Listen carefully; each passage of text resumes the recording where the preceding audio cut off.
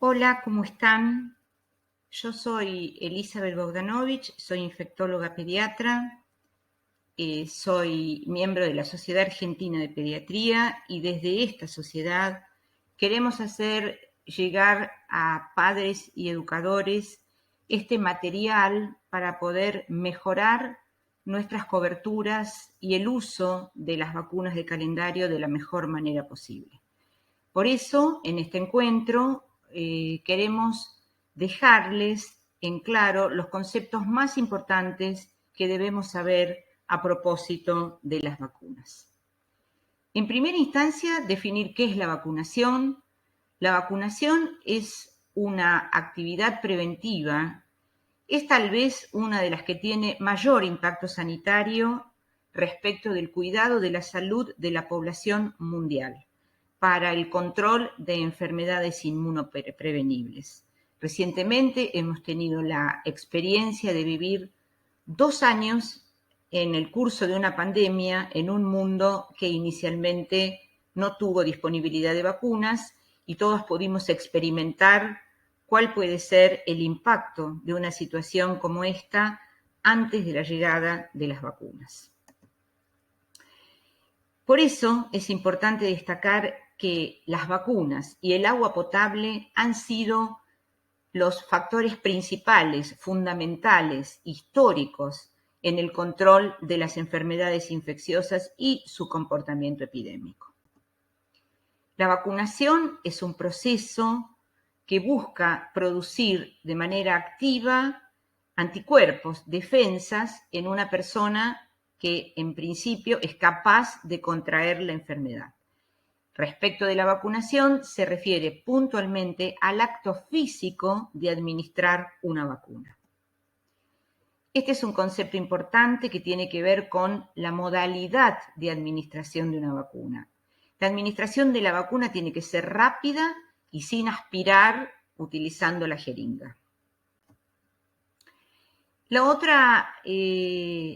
otro concepto trascendente es el de definir qué es una vacuna. Una vacuna es una preparación que está destinada a generar, como dijimos, inmunidad, es decir, a inducir la producción de nuestros propios anticuerpos, nuestras propias defensas contra una enfermedad, estimulando la producción de estos anticuerpos. Está preparada con microorganismos que pueden estar atenuados, es decir, debilitados de alguna manera, o muertos. O bien se pueden usar sus productos, que se llaman toxinas, y cuando las modificamos para preparar una vacuna, las llamamos toxoides. Todos estos pueden ser los componentes que se utilizan para producir una vacuna. Entonces, debemos saber que hoy día contamos con vacunas contra una serie de infecciones bacterianas prevalentes, así como también contra infecciones virales, y que entonces, según su modalidad de preparación, pueden ser inactivadas, es decir, sin ningún microorganismo que tenga algún tipo de viabilidad, o atenuadas, es decir, como dijimos en el concepto anterior, debilitadas. En esta lista que ven acá están las vacunas que están dirigidas a la prevención de enfermedades producidas por bacterias. Las bacterias son formas de vida microscópica que tienen independencia, es decir, que pueden sobrevivir en el aire ambiente, en el suelo, sobre las superficies con las que trabajamos cotidianamente. En este listado vemos que están nominadas la tuberculosis, la difteria, el tétanos, la tos convulsa o coqueluche, el Haemophilus influenzae, que es una bacteria tradicionalmente productora de infecciones severas en los más pequeños, sobre todo menores de 5 años, una bacteria que se llama neumococo y una bacteria que se llama meningococo. Estos tres últimos, o estas tres últimas que hemos nombrado, son los productores principalmente de una infección muy severa y muy preocupante para nosotros los pediatras, que es la meningitis. Y como ven en este listado, la única que está puesta en rojo es la vacuna contra la tuberculosis, porque es la única de todas ellas que está preparada con un pariente del bacilo que produce la tuberculosis atenuado. En esta vacuna, que es la BCG, que es la que reciben nuestros niños al nacer. Muchas de estas vacunas están coformuladas, es decir, son vacunas polivalentes. Por eso hablamos de vacunas triples, cuádruples o quíntuples, según estén algunas de estas combinadas. Bueno, y acá tenemos el listado de las vacunas contra enfermedades virales que tenemos disponible en nuestro calendario nacional de inmunizaciones. Entonces, como vemos, nuestros chicos tienen vacunas contra la hepatitis B, el rotavirus, que es un agente productor de diarreas muy importantes, que sobre todo pueden llevar a la internación por deshidratación a los más chiquitos, especialmente en el primer año de vida. Tenemos vacuna contra la poliomielitis, recientemente modificada en nuestro calendario. Abandonamos, después de haber sido una vacuna absolutamente exitosa, como fue la vacuna Sabin, la hemos abandonado para usar una vacuna que puede ser utilizada y que está recomendada una vez que la situación con la poliomielitis está absolutamente controlada. Entonces pasamos de la vacuna Sabin a la vacuna Salk, que se administra por vía intramuscular, a diferencia de las gotitas que usábamos hasta hace 2 años atrás. Vacunamos a nuestros chicos contra el sarampión, las paperas, la rubiola. Esta es una vacuna que combina los 3 virus atenuados, de manera tal que utilizando una sola vacuna prevenimos 3 enfermedades. También los vacunamos contra la varicela. Recientemente hemos incorporado una segunda dosis de vacuna contra varicela a los 5 años de vida.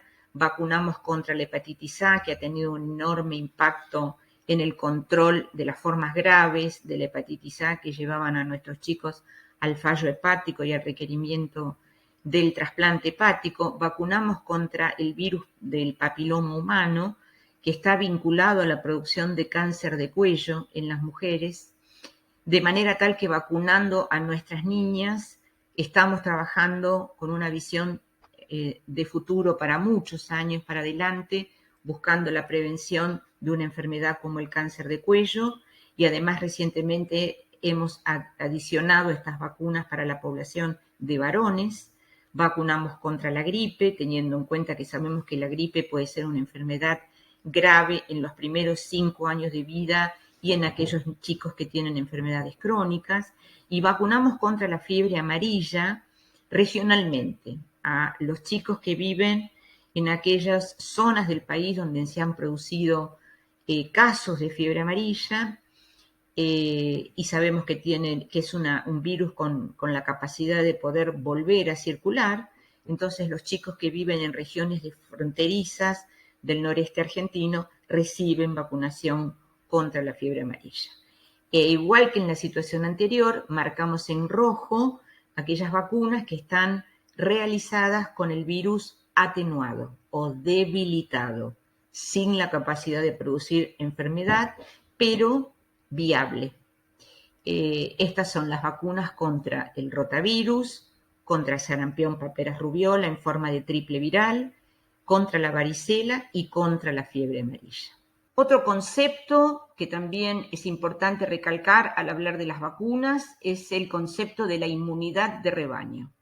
La inmunidad de rebaño se puede adquirir cuando una enfermedad produce una gran cantidad de casos en una población.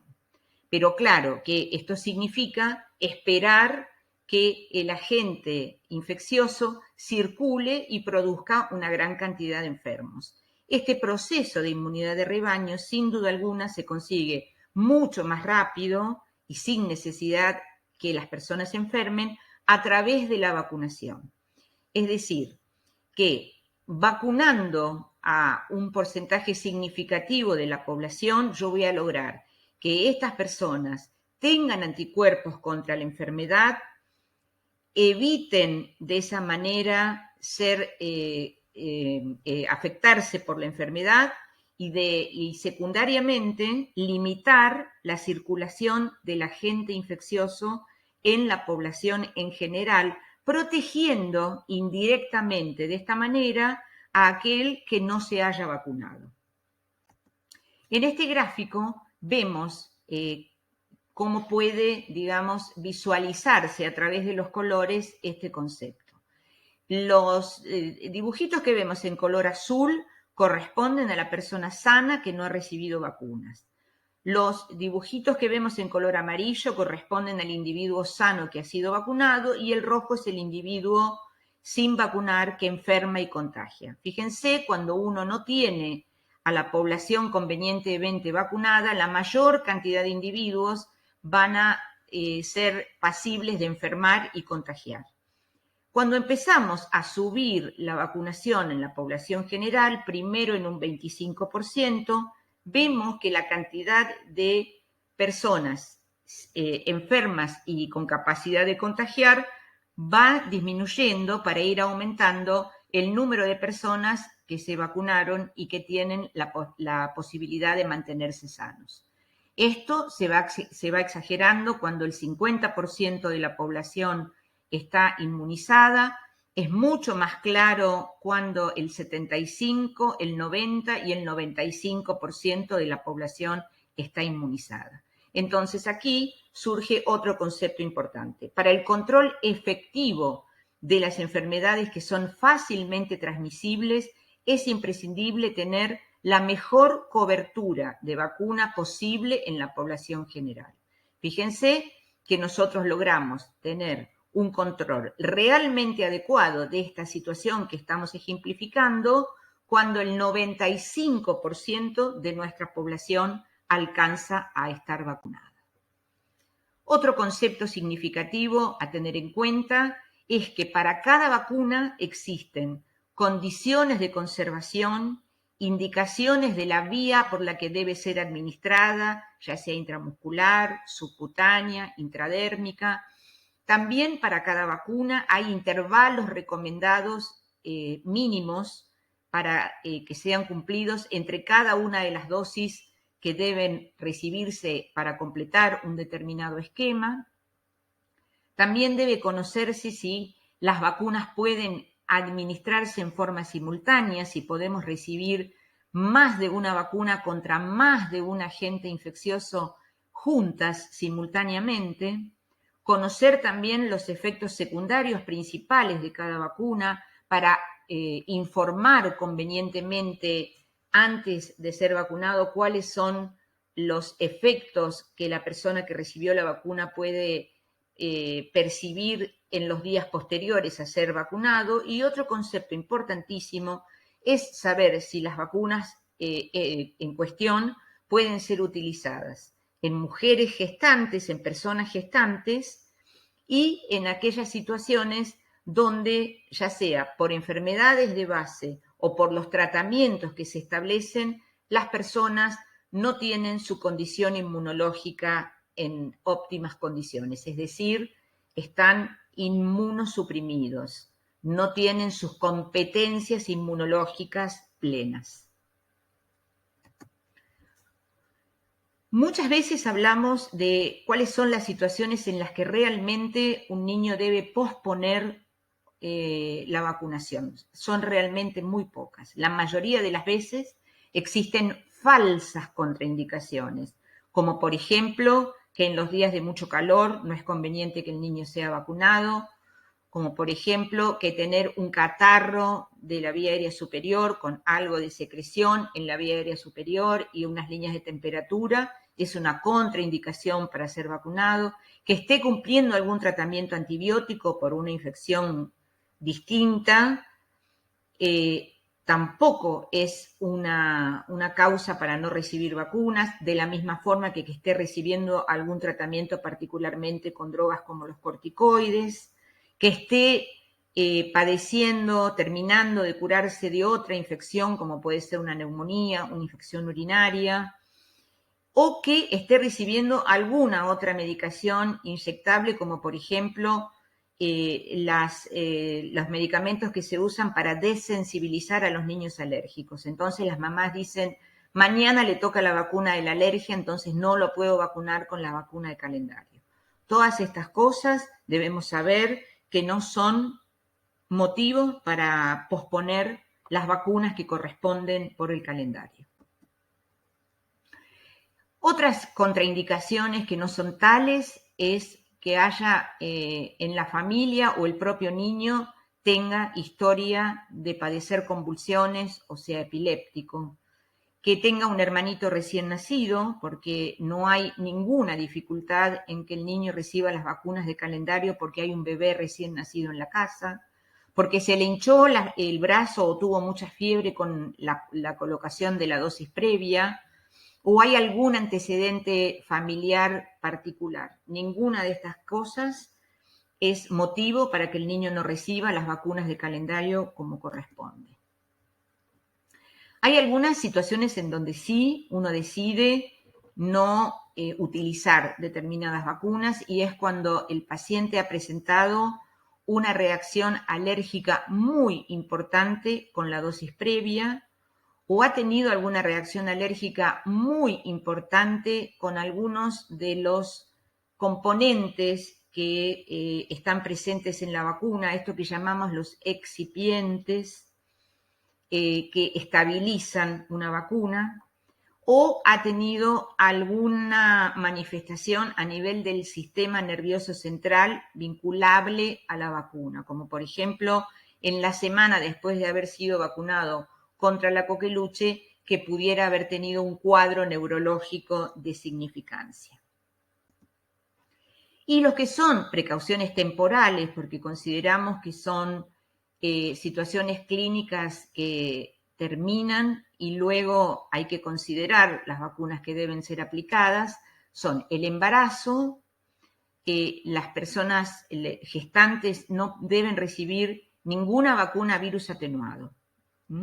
Así como también durante el embarazo es imprescindible que se coloquen las vacunas que están realmente indicadas, como la vacuna antigripal, la vacuna triple acelular para proteger al bebé recién nacido contra la coqueluche, y hoy día la vacunación contra el COVID, que es de mucha importancia en la mujer embarazada.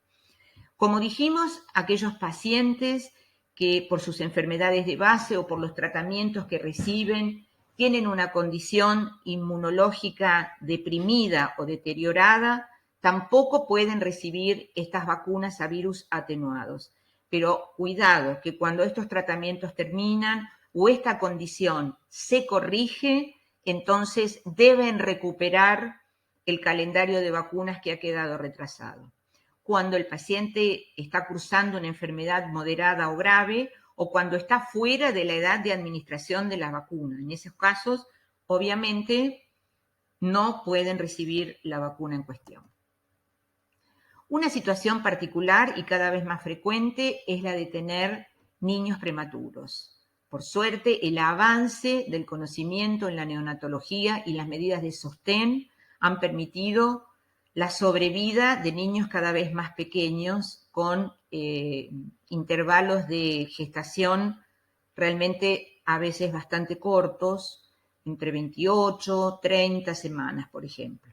En esos casos debemos recordar que estos niños prematuros deben recibir una dosis extra de vacuna contra una bacteria muy trascendente, muy importante que ya nombramos, que es el neumococo, contra la gripe, contra la hepatitis B y contra el virus que produce las diarreas graves en el primer año de vida, que se llama rotavirus. Las vacunas son una herramienta para conseguir la erradicación de una enfermedad infecciosa. ¿Pero en qué contexto? ¿Cómo se puede llegar a erradicar una enfermedad infecciosa?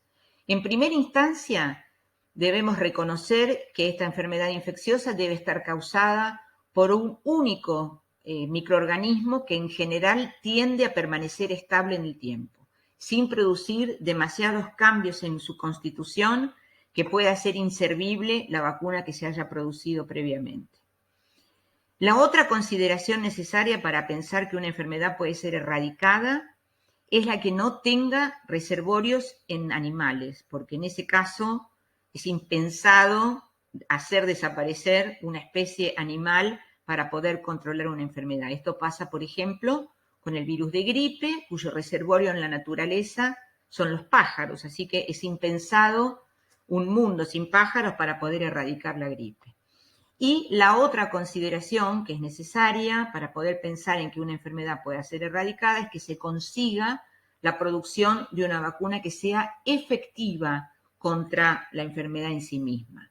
Así, con estas premisas, las vacunas han logrado hitos en la historia de la medicina que vale la pena destacar. Desde el año 1977, a partir de la producción de una vacuna efectiva, se ha logrado la erradicación mundial de la viruela. Hoy no existe más viruela humana en el mundo. En el año 1991 se consiguió en Latinoamérica la erradicación de la poliomielitis. Ese fue el año en que por última vez un niño latinoamericano se enfermó de polio. En la Argentina, el último caso de poliomielitis fue en el año 1984. El último caso de rubiola fue en el año 2009. El último caso de rubiola congénita, ustedes saben que la rubiola congénita es una entidad muy grave que produce malformaciones cardíacas a nivel del sistema nervioso central, a nivel ocular, a nivel del aparato osteoarticular, es decir, huesos y articulaciones. Bueno, eso lo hemos visto desaparecer a partir del año 2009 utilizando la vacuna triple viral contra la rubiola.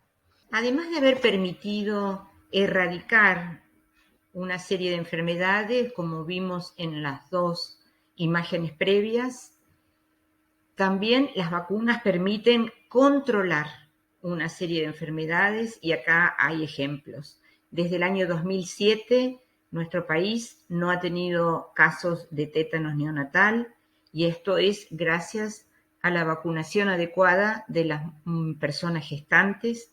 Desde el año 2006 no hemos vuelto a tener casos de difteria en nuestro país y desde el año 2007 la enfermedad por hepatitis A, que es capaz de causar una hepatitis fulminante con fallo hepático y con requerimiento de trasplantes hepáticos, ha dejado de ser la principal causa de esta condición crítica en nuestros niños. Así que muchas enfermedades han sido y serán erradicadas y el resto, sin duda alguna, están pudiendo ser controladas.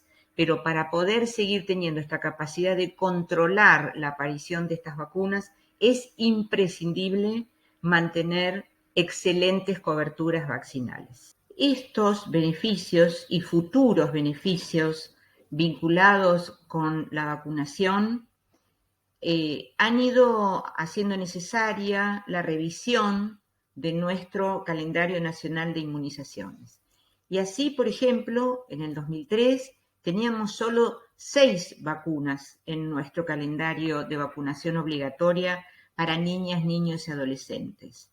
Luego, en el 2010, se creó el Programa Nacional de Control de Enfermedades Inmunoprevenibles, que posteriormente pasó a ser una dirección, la Dirección de Control de Enfermedades Inmunoprevenibles, que tiene dependencia del Ministerio de Salud de la Nación.